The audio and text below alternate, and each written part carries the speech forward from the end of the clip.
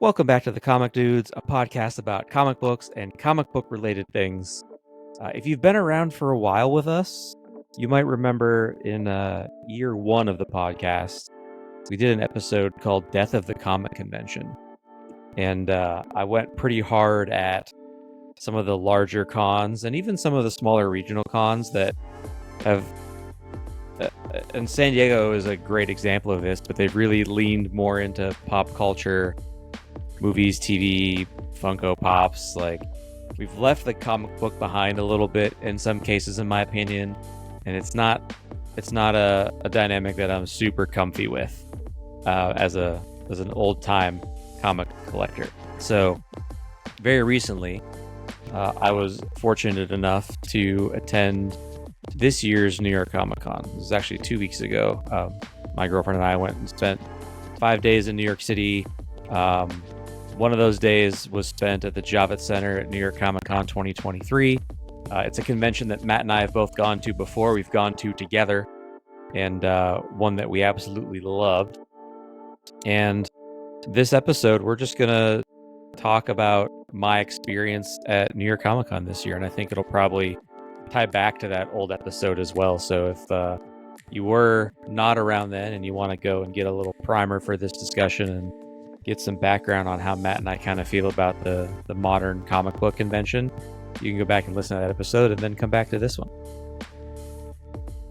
Yeah, so I mean, it's been some time, obviously, since when did we go? Like 2014, 2015, I want to say. I think 2014 was the last year that I went, and that was the year that you and I drove down there from Syracuse and stayed with Paul. I was going to say, 2014 sounds about right. So, yeah, I mean, that at the time, that years. was the first, I know, that was the first, like, I'd gone to some smaller conventions. That's not true. I did go to a C2, not a C2E2, a Wizard World Chicago, which was like a legitimate convention as well, too.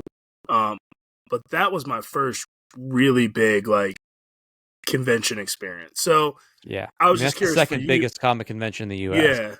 So for you, like, you've gone to way more conventions. I mean, you go to like Dallas Comic-Con and stuff like that. Like, did you still get that feeling stepping into New York Comic-Con? Did you have those like Comic-Con jitters when you like showed up and like back in the day they had all the advertisements? I'm sure it's probably similar for the new shows and products that are coming out, but like, did you still have that? Were you like super pumped to go? Or is it just like, this is like a thing to do? I was just curious. So, there's multiple ways to answer that question. So Okay. let me start by we had Thursday passes, and the last time you and I went, Thursday was a shortened day. It was only from like 4 until 10 p.m. or something. Okay. Now Thursday is the first full day. It starts at 10 a.m., goes until 8 p.m. Okay. So we got there before 10 a.m. We wanted to be there early to kind of get, near the front of the line queue. And the entrance was not great. So everyone was waiting outside. We didn't know what door to go to. There wasn't really anybody directing us to a specific door. When they finally did say, hey, not these doors, those doors, hundreds of people are trying to like walk down to this new set of doors to line up again. And then while we're standing there waiting, New York Comic Con employees were coming out of the doors and like making announcements, but they didn't have like a megaphone or anything to project their voices with. So unless you're standing directly in front of them, you couldn't hear what they were saying anyway. And they did end up opening the doors a few minutes late. So the pre-entrance part of day one of New York Comic Con 2023 wasn't super great. But once the doors open, we got in there, man, it was exactly as it was every other time I've gone to that convention. You're in this massive convention center at the Javits Center in New York City. And there's huge booths right when you walk in. You first enter the show floor, and they typically have some really big, flashy, like exhibitor booths, not vendor booths. It's a really big sort of punch in the face presence.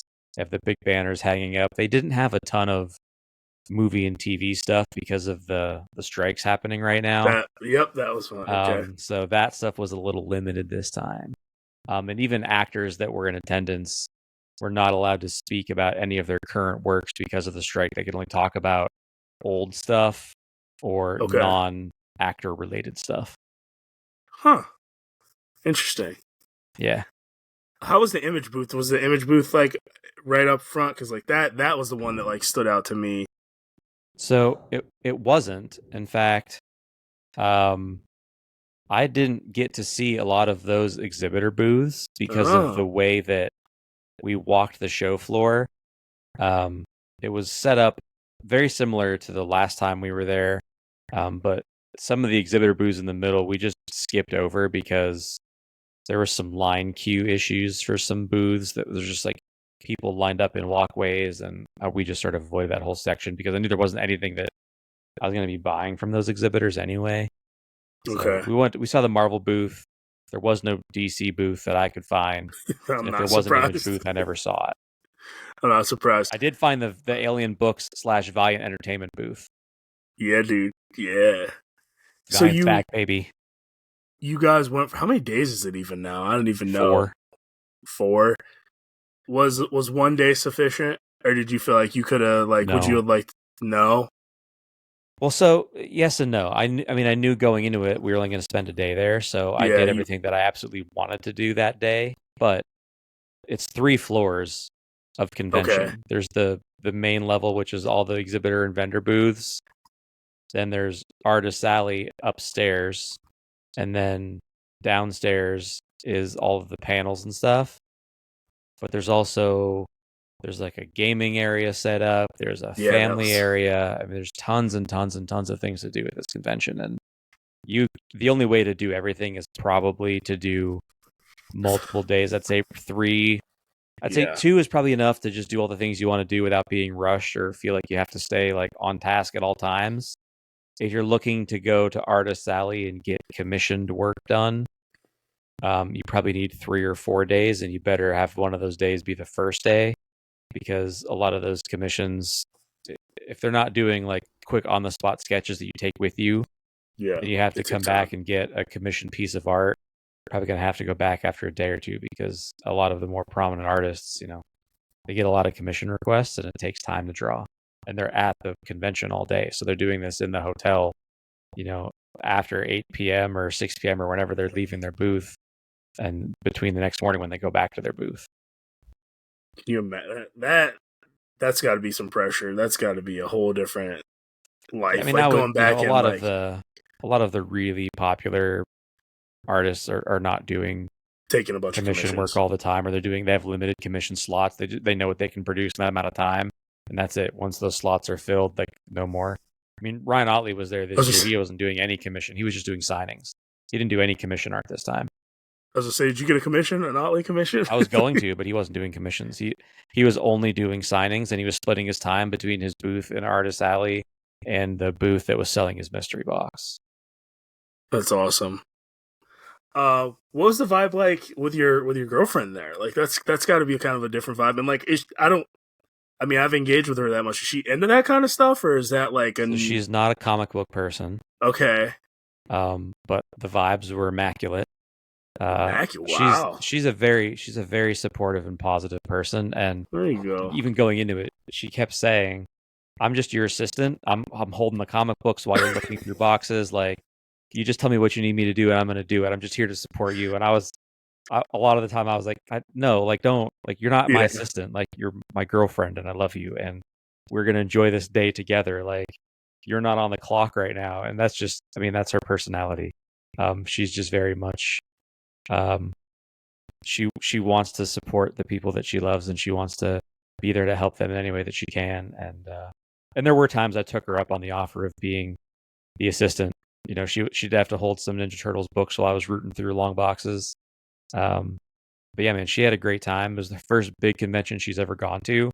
I should say great time is relative because a lot of this was her just sort of taking in the culture, right? Like this isn't Yeah. a thing that she's used to or that she's seen before. So, Yeah. um, but that's one of the great things about the big conventions is that there really is something for everyone. We saw like these really elaborate Transformers robots that are voice activated in command and also like on an app have commands, and like they were doing all kinds of crazy. Optimus Prime dropped down and was doing push-ups.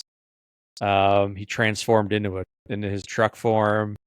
He was doing like spin kicks and stuff. Like cool stuff like that you just won't see at a convention. She even got some stuff for herself. There's, they always have the booths at the conventions that are selling T-shirts, Yeah. and they always do deals, 2 for $45 or whatever. So I found a shirt I liked. She found a Twilight shirt that she really liked that was done in 70s grindhouse style movie poster T-shirt, but Twilight. So she picked that up. Yeah, it was a good time, man. Good time. I'll carry your books. All I gotta say to that is, she did say that she would go back. She would go to another convention. And she's been to some of the small regional conventions with me here already. exactly. So I'll face it, Tiger. You hit the jackpot. That's all I gotta say to you about that. I really did. I couldn't be any luckier. So you talked about it. I was just curious, like with things like in strike mode, so that the actors, they could only talk about previous projects. Like, was there less of a presence? Because that was a big presence when we were there. I was, like you said, they could only talk about previous work, not things they're working on or upcoming works. Was there a decline in that, or like? No, it didn't look like anyone pulled out that I saw. But I'm not. You're not like the guy that's going for like celebrity photo op. Gotcha. So I didn't pay super close attention. I think the biggest name, I think Chris Evans was there. Okay. And he followed through with doing his photo session. And a lot of others did the same. I don't think anyone pulled out. Gotcha. But I would imagine that some of the panels potentially suffered. But that con is so densely attended that if you want to go to the really good panels, you have to show up before the convention opens and then run to the line queue for where that panel is happening and probably just stand there all day to make sure you get a seat inside the room that the panel is happening in. Yeah. You wouldn't be able to do anything else at the convention. You really have to commit to that kind of stuff. And my mission was not to attend panels. My mission was to get some comics this year and get that Ryan Otley mystery box. So that was my thing. So I was like, is there anything specific you're hunting? I know you're always on the grind for Teenage Mutant Ninja Turtles, Mirage stuff. Was there anything you talked about this mystery box? Like, what is that? And like what were the objectives? Because we had like definitely had objectives when we went. We were like a SEAL team. We all like, all right, if you see this, like call me or take pictures and send me. Like, I was just curious how the hunt went. Yeah, so they had over 60 comic book vendors. Okay. So my time was absolutely spent going and asking every single one of them, do you have Eastman and Laird Mirage Ninja Turtles comics? Do not give me IDW comics. I want the old stuff. I want the good shit. Yeah. So objective number 1 was how many issues from volumes 1, 2, and 3 of the Mirage Ninja Turtles can I fill out? Yeah. And I only need. I spent a couple $100 on TMNT comics there. Yeah. I only need 2 more issues for volume 1, and I think 2 more issues for volume 2. Volume 3 needed a few more than that. I think I need probably 10 or 15, maybe 20. But I got quite a few. I got another print of number 2. I got a third print of number 2. I already had a second print of number 2. I didn't have a first print of number 2 because it's thousands of dollars. Yeah. Because they're always slabbed, and you know how that goes. Yeah. But yeah, that was a primary objective was, can I get some Ninja Turtle stuff? Secondary objectives were anything just cool and collectible related to Ninja Turtles and or G.I. Joe, Transformers, my big properties. There's no Invincible stuff that I need other than that mystery box. I did get the last remaining quarter scale NECA TMNT figure from the live action movies. I didn't have Shredder yet, so I got me a Shredder. So that's done. That's complete. And then I also, this is a new one. Have you heard of G.I. Joe Classified? The Classified line of figures? They're like newer guys, but they're like super detailed and intricate and all that. Yeah, there's I've seen them. They're awesome. Figures. Yeah, so I made the decision before that convention that I was going to start collecting those too. So I was looking for some bargains on those while I was there too. Didn't buy any of those. They're so cool. That's such a cool line. Cool. Yeah. Like, And then the Oddly Mystery Box, that was yeah, one of what the is coolest that? things Yeah. that I got. So it was, he had announced via Instagram that he was going to have an exclusive reprint of Invincible #1 with a new cover that he drew that would only be available at New York Comic Con. And it was only Okay. available from his booth or from this booth that was selling comic mystery boxes. And his mystery box contained that issue #1, and then you would get 4 other Ryan Ottley variant covers from either Ooh. Invincible or his other works. Okay. They were all signed. All the issues were? Yes. Oh man. Okay. And then 1 in 17 would also have a ticket where you'd win an additional Ryan Ottley piece of something, a graded copy of an issue of Invincible, some original art, another variant cover that's signed, lots of different things you could win. I didn't get one of those, but I was happy just getting the box. My additional stuff, I got an Invincible #16 with a Battle Beast variant cover. I love Perfect that. for you. Yeah. And then the other things were I got 2 Hulk variants and an Amazing Okay. Spider-Man variant. And he signed all those. That's pretty awesome. I didn't know that #1 was guaranteed in that box. So that's cool. And then you're just getting some Otley art too. So that's and signed. That's pretty cool. And they were limited to, I think, 250 or 350 boxes, and that's it. And they're only available at the con. Did you get any like certificate or anything, or was there like CGC No coda. or not?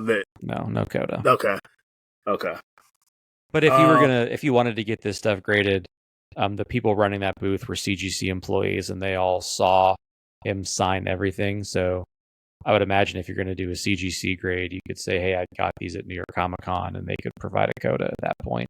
But I don't know how that stuff works, so don't quote me on that. Got you. So what kind of were things like, well, things were probably more expensive, but were they like crazy out of line, or do you feel like prices were good when you were hunting for comics? Yeah, prices were reasonable. They were reasonable? Okay. Yeah, it's not like anything got jacked up just for the convention, not any more than they do at any other convention. There's a box set of Ninja Turtles action figures that's like Mirage Volume 1 inspired action figures. Okay. And at Cowtown Comic Con, we actually went to that before we went to New York Comic Con this year. We went to that here. There was a vendor that had those boxes. He had them. It's 2 boxes for the whole set. Okay. So there's four figures in each box. So you get 2 turtles and like 2 foot soldiers in the box. And he had them tagged at $100 each. And the guy was like, "Oh, I've had these forever. I'll let them go for 75 a piece." And I was like, I'll think about it. And I was like, I told my girlfriend as soon as we walked away, I was like, if he was willing to, I didn't even ask about the boxes. He was just like, oh, I'll knock it down in price. I was like, there's no way that's a reasonable price, because he was way too willing to give me a deal. Yeah. Without even having to ask. Yeah, you didn't have to do anything. Yeah. Saw multiple vendors with the same boxes at New York Comic Con.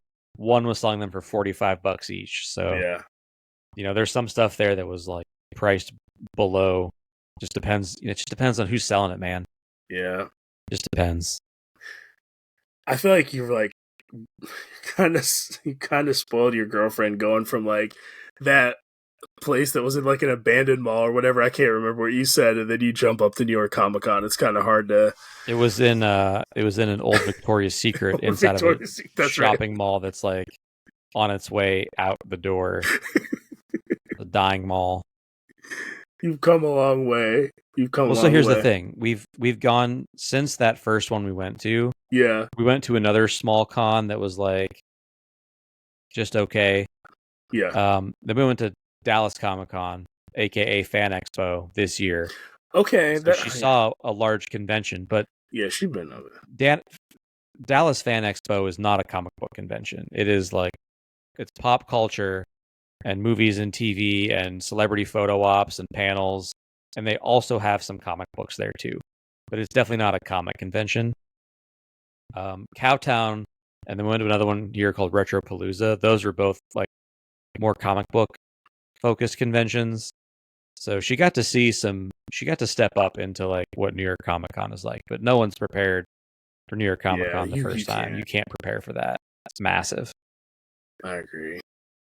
And you flew, obviously, so We did. you were trying to be conscious of how much you brought back. Very somewhat strategic, right? I'm assuming, like, I mean, it didn't stop me from buying a 2 foot tall Shredder action figure. I was like, this man's gonna buy half the GI Joe declassified line, trying to catch up. Like, We had a plan, dude. We had a plan. We were ready to buy another checked bag and put it all in there if we had to. We were ready. No, But that's good stuff. Dude, for the GI Joe classified figures, man, I got a spreadsheet with median price and high-low prices. I wasn't buying nothing if it wasn't at or below the median. Bro, I might have to chase some of those with you.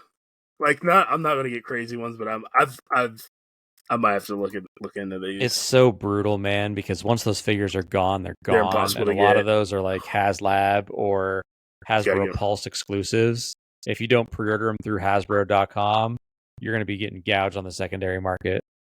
They're so damn cool. But they are.